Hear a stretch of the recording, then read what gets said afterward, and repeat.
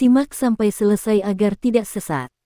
Teman-teman yang saya hormati, sains sebagai dimensi ada dan Tuhan sebagai dimensi tak ada yang saling terhubung merupakan pandangan filosofis yang memadukan konsep-konsep ontologis, metafisik, dan spiritual.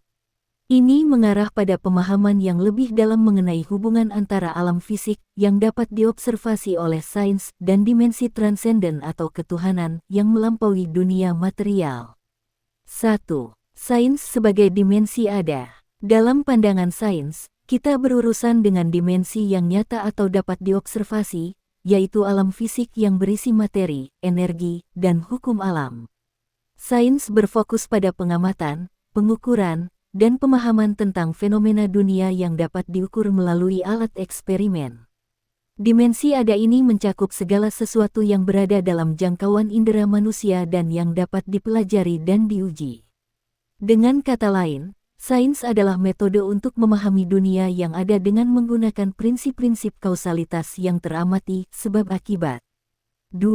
Tuhan sebagai dimensi tak ada. Menyebut Tuhan sebagai dimensi tak ada bisa dilihat sebagai penggambaran metaforis dari kesucian transenden, di mana Tuhan tidak terbatas pada dunia material dan tidak dapat terikat oleh ruang dan waktu. Dalam banyak tradisi spiritual dan teologi, Tuhan sering digambarkan sebagai transenden, berada di luar jangkauan dunia fisik yang terlihat. Tuhan, sebagai yang tidak terlihat, gaib, adalah penyebab pertama dan kekal yang tidak dapat diobservasi secara fisik. Dimensi tak ada ini mengarah pada dimensi yang tidak terjangkau oleh sains dan fisika, tetapi tetap memiliki pengaruh yang sangat besar terhadap eksistensi dan proses penciptaan alam semesta. 3. Keterhubungan antara dimensi ada dan tak ada. Dalam pemikiran metafisik dan teologis, ide bahwa dimensi ada alam semesta fisik dan dimensi tak ada Tuhan terhubung sangat relevan. Ada beberapa cara untuk memahami keterhubungan ini. Tuhan sebagai penyebab pertama, dalam filsafat dan teologi, sering dikatakan bahwa Allah atau Tuhan adalah penyebab pertama dari segala sesuatu yang ada. Jadi, meskipun Tuhan berada di luar dimensi fisik, Dia menjadi sebab yang menggerakkan dan memberi keberadaan pada dimensi ada yang kita pahami sebagai alam semesta. Ini mengisyaratkan bahwa ada hubungan kausalitas antara keduanya. Dimensi tak ada memberi asal pada dimensi ada. Anda dapat menganggap bahwa dimensi tak ada Tuhan adalah asal mula dari segala sesuatu yang ada dalam dimensi ada. Ini sejalan dengan pandangan dalam banyak tradisi agama yang menyatakan bahwa Tuhan menciptakan dunia dan segala isinya dari kekosongan atau tiada dengan kehendak-Nya. Tuhan adalah keberadaan transenden yang melampaui alam semesta, tetapi menciptakan dan memelihara dunia ini.